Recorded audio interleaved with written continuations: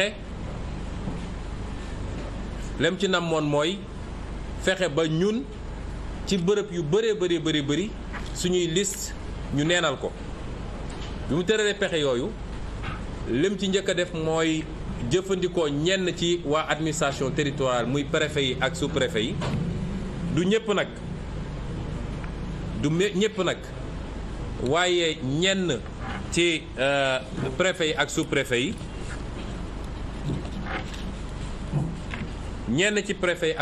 yi mu jaar ci ñooñu daal di def seeni njuuj njaaj fexe ba lenn ci suñuy liste ñu daal koy neenal bi loolu amee Déthié Fall ak ñi muy liggéeyal ci suñu commission électorale def ci liggéey bu mucc ayib daal di déposer ay recours suñuy avocat daj ci lu nekk nag ñu leen di jaajëfal ndax daj nañ ci lu bëri te laajuñu ci koppar lu ne ñu daj ko ci ba yàlla may ñu ci nii téeméer yi boo jël ci liste yi ñu xam ne neenaloon nañ ko juróom-ñaar fukk yi delloo nañ ñu ko loolu nag métti trop Macky Sall trop moom ak nguuram ñu def loo xam ne guléet mooy ñoom ñu daal di digal préfet yi ak sous-préfet yi ne leen dem leen cour suprême li nga xam ne cour d'appel yi def nañ ko ba ne liste yi nañ ko delloo seeni borom ba ñooñu mun a jàmmarloo comme ñëpp ci élection yi loolu na ngeen dem cour suprême pour cour suprême neenal ko ci jamono jooju la ñu toll ñuy wax nag ni lii lu doy waar la parce que tey nguur tey état li ñuy wax état nga xam ne moom bokkul ci élection bi moom mooy ñëw di xëccoog opposition bi te état boobu li na ci gannaaw mooy Benno Bokk Yaakaar ak APR loolu kenn mësoo gis Sénégal ñi wax nag ni Cour suprême la ñuy xaar ci moom mooy li tubaab naan irrecevabilité mooy suñ la ñëwee 10 ab problème yow en tant que àttekat ci ñaari charte nga koy xoolee da ngay njëkk a xool ndax lii lu ma mën a àtte la est-ce que lu ma mën a nangu àtte la loolu la ñuy wax la forme ci tubaab bu dee mën nga koo nangu àtte parce que yoon wax na ko nga doog a xool nag li ci biir càmbar ko ñun dañu jàpp ni warul weesu étape boobu parce que cour suprême warul mën a àtte lii ndax ñi dem déposer ci cour suprême yelloowuñu pour def ko su dee Malick Gakou la ñu sàcc Ousmane Sonko mënul déposer plainte Malick Gakou rek moo mën a déposer plainte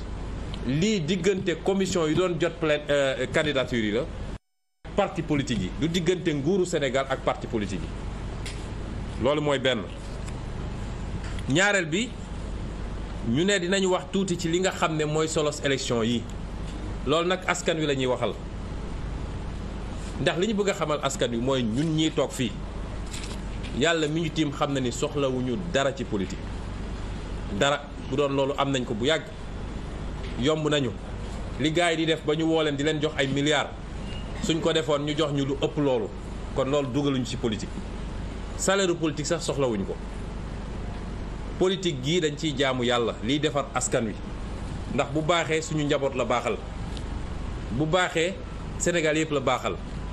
amul ci waaso bi laa bokk amul ci xeet bi laa bokk amul ci diine gi laa bokk amul bu baaxee ñun ñëpp la baaxal loolu la ñu tax a jug ci politique moo tax ñu ne bi ñu jógee ñun dañu ne dañoo jóg ngir yeewi askan wi parce que nag ku di nga nangu ni askan wi jaaxle na fu jaaxle yam foo laal mu métti waaye nag yàlla béy sa tool ñun lu ñu mën rek la ñuy def waaye askan wi moo ñu war a jàppale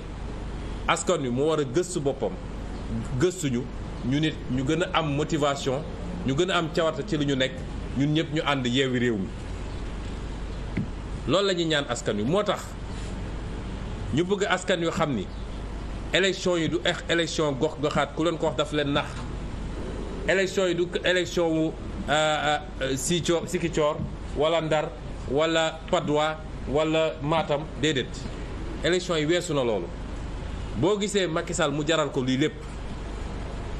mooy bàyyiwul de xalaatul bàyyi ndax li mu def xam na ko ak li mu digleeg ay nit fii ci biir réew mi waaye surtout waa bitim réew ci li nga xam ne suñu alalu réew la moom xam na loolu moo tax su bëggoon bàyyi sax ñooñu ñoo koy njëkk ne doo bàyyi loolu mooy dëgg ci su defee pexe bi mu dëgër mu wëlbati ku xool beneen pexe moo tax ñu bëgg nit ñi xam ni liy solos élection bi dëgg mooy suñu suufu réew mi nga xam ne ñu ngi koy jaay te liñ ci xam dinañ ko wax de buñ ko waxee ngeen xam ni mar d'Italie suñu suufu réew si nga xam ne jaay nañ ko ba sénégalais léegi mu doon gan ci réew mi sénégalais nekk na ko sax ba tey ba fi mu toll nii te bu jógoon tey war a dem ci réew ñu ko jaay ñu ne ko doo fi ñëw duñ la jox visa wala gaal goo dugg ñu du egsi gis ngeen li xew barki démb rek ñi dee ci géej gi ba pare ñëw suñu réew ñu tayle ko ñun ñu nangu ko liy solos élection bi mooy lii nga xam ne yàlla may nañu ko ci richesse ci koom-koom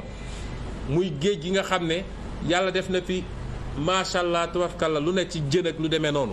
te tey suñu mool yi mënuñu am géej ndax jaay nañu géej gi lii nga xam ne yàlla jox nañu ko ci yeneen xeetu koom-koom muy pétrole beeg gaz bi ak zircon beeg yeneen ak yeneen te Macky Sall signé ci yu doy waar ba ñu jaay ko yooyu yëpp na ngeen xam ne am na rapport ak élection locale bi moo tax tey Saint-Louis nga xam ne fa la gaz bi am seen bakkan lañ ci teg Kédougou nga xam ne fa la or bi nekk ak zone boobu yëpp seen bakkan lañ ci teg Casamance nga xam ne fa la bois bi nekk fa la zircon nekk fa la leen seen bakkan lañ ci teg feneen ak feneen ci Sénégal Matam foo làmb ci Sénégal rek tey seen bakkan lañ ci teg kon ku foog di da ngay dem wote pour ab maire kese ndax nga sa bopp de weesu na loolu point de départ la pour ñu récupérer suñu réew delloo ko waa réew mi wala ñu bàyyi Macky Sall ak ñi mu àndal continuer di def li ñuy def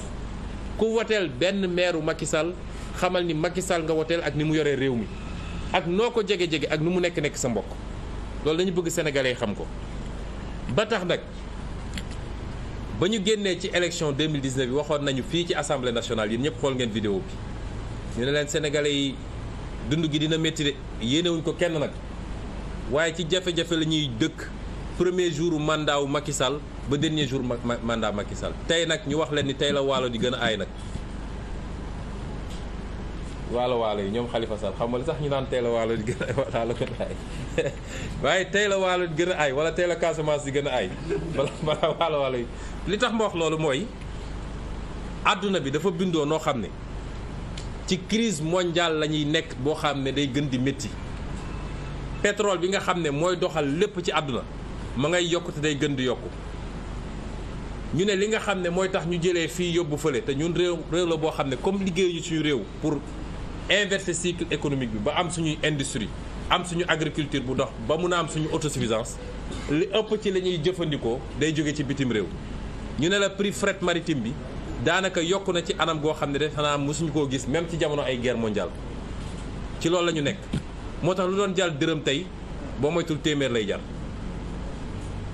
nga boole ci nag crise sanitaire bi mooy feebar bi nga xam ne kenn amul solution ñàkku nañ def nañu lépp waaye dégg ngeen léegi ñu ne Omicron ñëw na àdduna bi jaaxleeti na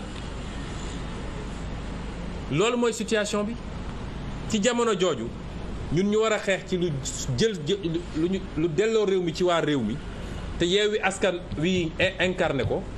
ñu bëgg a nax nit ñi ci élection locale bi ba xeetu politique gu salte googu ñu doon def tout le temps mooy amuñu xalaat amuñu programme amuñu gis-gis waaye gannaaw gu ñu sàccee xaalisu réew mi ñëw di ko joxaat waa réew mi di leen jox ay 5000 ak 10 000 xool leen li xew fan yi nee nañu barki démb nee nañu 46 milliards la ñuy séddalee sénégalais yi famille yi nga xam ne amuñu doole ñu ne 588 ménages famille lañ koy jox waaw su dee famille bu nekk nu mu tuuti 8 personnes mi ngi ci juróom-ñetti nit a ngi ci te loolu la ANSD wax loolu day doon 977 000 francs 977 francs non 9777 francs matul 10 000 9777 francs la ñuy jox kenn ku ne bu ko defee ñu ne waaw Macky Sall xeetali ne askan wi nangam mu mel ni rek ab xar boo jël ngeen baal ma ci misaal bi tëj ko ci néeg ba mu xiif bay waaj a dee nga yëkkati benn xottu banaana sànni ko bu ko defee mu kontaan ne waa ji de ku baax la jox na ma moom moo dugal askan wi ci guute gi mu nekk. du 1000 francs wala 10 000 francs mooy xettali askan wi. nga dellu si waat ñu ne retraités yi ñoom Habib Sy ñoom Khalifa Sall man sax war naa laaj sama retraite comme dañ maa dàq retraite anticipée parce que cotisé woon naa 15 ans non loolu il faut ma toppatoo ko fàtte woon naa boobu waaw ñu ne léegi yokkal nañ leen 10% ci seen pension lépp ci élection bi de dama bëgg sénégalais yi xippi parce que yooyu dafa yàgg am boo duggee ci àll bi fépp ñu ngi xolli tali yi naan dañuy defaraat tali xolli foo romb poussière kese la te doo gis goudron andi ay potolam tëral ne gars yi ñu ngi waaj a andi électrification bi tappale yooyu nga xam ne moom la ñu yàgg a def pour nax askan wi dañu bëgg askan wi yeewu ci yooyu te bañ. ñetteel bi ñaari fan ñu ne ubbi nañu benn point nano crédit ci dëkk bi pour jox ndaw ñi ak jigéen ñi liggéey waaw emploi yi nga xam ne Macky Sall diggoon na ko askan wi keroog bu ñu ko du mooy métti mois de mars ba pare dafa dajale ndaw ñëpp fële jam ñaajo daal leen di promettre des milliers d'emplois à part 8500 enseignants yi mu jël ci anam yoo xam ne anam yu doy waar la defe naa yenn enseignants yi wax nañ ko daam boo ñu wax na ci keneen ak keneen recrutement clientéliste ak 6000 alkaati yi mu jël jàpp ni ñooñu mun nañoo fexe ba askan wi bis bu jógee ne doyal na ñooñu mun leen contenir lépp ki nax boppam rek ana emploi yi mu créé xaar ba élection jot nga naan ay point nano crédit ubbi nañ bu Ziguinchor ubbi nañ bu Matam te maa ngi wax ndaw ñi nag temps yëpp ñu ngi leen di woo di ñëw ne leen andi leen seen carte d'identité pour ñu financer leen defoon nañ ko 2019 woo leen ñu ne boobu doon nano crédit DER la woon ñu woo leen ngeen ñëw ñu ne dañ leen di jox moitié beneen moitié bi su Macky Sall gagné bi mu gagné ba léegi yéen a ngi souffrir benn ndaw amu fi liggéey jigéen ñaa ngi sonn ba fu sonn yem ngal la waaye askan wi dimbale leen ñu dimbale leen parce que ñun mënuñu dara su dul jàppale ngeen ñu ci loolu. démb conseil des ministres ñu dégg ñu ne 8 milliards la ñuy jox daara yi waaw léegi nag tal nañu daara ñi ngi gëstu daara nee nañu 8 milliards la ñuy séddale daara yi waaye nag lenn xam naa ko amul kenn ku gën a yeewu sëriñu daara ci Sénégal ñooñu moom wóolu naa leen mun nga nax ñëpp ba mu des sëriñ daara ñu yeewu lañu te yàgg nañoo defal seen bopp gisuñu kenn ku leen jàppale moo tax ku yaakaar ne mun nga leen nax ak yu mel nii yow sa bopp ngay nax kon ci fan yi ji jot ñu jëm di ngeen gis ñi randal alalu réew mi yëpp tax xamante nañu ñun ak ñoom ñi fi ëpp li ñu randal ci alalu réew mi ay fonctionnaires yoo xam ne tey ay milliardaires lañu di ngeen gisñuy wër nag fu ne ñu dem fa nen ñooy jàppale tel candidat yor xaalis bu dul jeex di ko séddale dama bëgg a sénégalais yi su ngeen mënul faju bu baax tey su ngeen mënul lekk lu baax su ngeen mënul seen doom suñu mënul jàng bu baax su ngeen mënul am tali yu baax su dee courant bi ñëwul ndox bi ñëwul xaalis boobu ñu randal te mu waroon tabax hôpitaux yeeg école yeeg yooyu moom la ñuy dellu si waat comp ci as tuut di leen essayer ndax pour ngeen woteel leen ngal la waaye pour une fois mois de mars sénégalais yi wane nañ ni nous sommes un très grand peuple loolu nag la ñu war a yeggali féddali ko dans les urnes féddali ko ci vote bi foofu lañ ci toll. beneen poñ bi may daanelee nag wala beneen ñetteelu poñ bi mooy ni ko Déthié waxee am na plainte boo xam ne Samba Boy boobu ñu tuddee Djibril Ngom nga xam ne li mu def yoon da cee teg ay daan ba sànq bi ñu jokkoo ak avocat bi nee na suba la war a jot arrêt cour d'appel bi pour mën koo def citation directe pour que ci fan yu gaaw ñu woo ko fële ci tribunal Matam atte ko loolu mooy li ñu séq ak moom waaye ki nga xam ne nag mooy xalifam moo ko yónni loolu ba pare woo ko ci palais bi ci anam bu ñëpp gis ba ñëpp gis loo xam ne ñëpp njort nañ ni koppara ci ne loolu lu garaaw la ci réew mi kooku dafa xotti charte réew mi dafa xotti ormaw cër biñ ko jox ci réew mi muy président de la république ba pare dafa neenal li nga xam ne mooy suñu institution bi nga xam ne mooy président de la république moo tax ñu ne ñun Yewwi Askan mënuñu koo bàyyi noonu la ñuy def nag mooy dinañu lancer pétition ñu ñaan Sénégalais nañu signé pétition boobu. pétition boobu li tax ñu koy lancé mooy pour que ñu saisir Assemblée nationale d'une demande de mise en accusation parce que xam ngeen ni président de la République dañ koo jox arme boo xam ne nee nañ ko yow bokkoo kenn parce que lañ la sas ni mu toll moo tax bokkoo kenn ba tax doo bokk ak nit ñi fooy jaar wala sooy bokk ak nit ñi fooy jaar dañuy arrêté ñëpp yow nga jàll doo bokk ak nit ñi ñoo tukkee ba dañ lay utal sax avion booy dugg yow dong leneen ak leneen ñu jox ko sa njaboot sax dañ leen di jox sécurité yow xamoo lu ceeb di jar xamoo lu diwlin di jar xamoo lu courant di jar lépp dañ la koy fayal waaye nag dafa am lu mu àndal mooy na nga ormal place bi loolu ci loolu nag lañ ko ne boo defoon ab jëmbe sax mënuñu la àtte ci tribunaux yi comme ni ñuy àttee Malick Gakou wala Ousmane Sonko wala keneen dafa am yoon boo xam ne yoon bu spécial la bu ñu lay àttee mu li ñuy tuddee haute cour de justice ñaar mooy mënuñu la àtte lu dul da ngaa def haute trahison dama koy waxee ci wolof mooy da ngaa wor gu rëy haute trahison nag yoon tekkiwul définiru ko waxul lan la lu ne mun na cee dugg mais soo demee Tchad dañ la naan bu président violé serment mooy biñ koy fal dafa taxaw waat ne man waat naa ni charte réew mi muy constitution muy loi yi dinaa ko sàmmanteeg moom donc su dee sàmmantewul ak charte yooyu boo demee fu mel ni Tchad dañ ne loolu haute trahison la te loolu moo fi am kon ñu ne dinañ ñaan sénégalais ñu signé charte boobu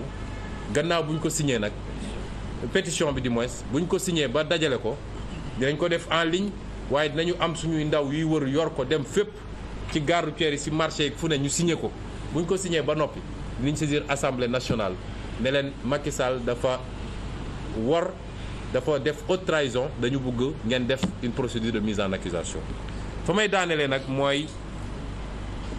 ñàkk a yemale ak ñàkk a tollale bi am ci dëkk bi il faut mu jeex gis ngeen kaawu kilifa gannaaw bañ ko piégé parce que dossier bi poursuite sax waru ci yoon am yónni ay nit ñu yor ay caméra di enregistrer ay nit loo xam ne ci biir oto ci biir néeg et cetera waaye ñu piégé ko ba jàpp ko ba tey ñu ngi koy teg lu métti moom ak njabootam.